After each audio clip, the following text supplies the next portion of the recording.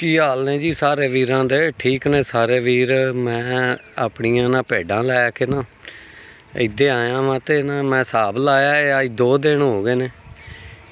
ये डरदियां बड़ा ने, यकदम डर जांदियां ने। मैं जिहड़ा हिसाब लाया ना, जदों मैं ईद वाले दिन कड्ढियां ना ते जनाब राह च ना कसाइयां उत्थे झोटा हटाया सी ते ओह इन्हां नूं ना तकबीर फिरदी वेख लई, छुरी फिरदी ते ये डर जांदियां ने। हुण एक जानवर हो के वेख लो, इन्हां नूं इन्ना मौत दा खौफ है। एक इंसान है जिहड़ा इस चीज़ तो गाफल है, उन्होंने कोई नहीं मरना याद व मैनू भी एक दिन मौत आनी है। चोरियां डाके बेईमानी हक यतीमां दा खाई जाता है तो उन्होंने मौत का कोई खौफ नहीं। ये जानवर हो के जनाब ये डर जांदियां ने यकदम, जिवें इंज किसी चीज़ का त्राह निकल जाता। इस वास्ते मौत नूं याद रखो, पता नहीं किहड़े टाइम ते आ जानी है, ये कोई पता नहीं।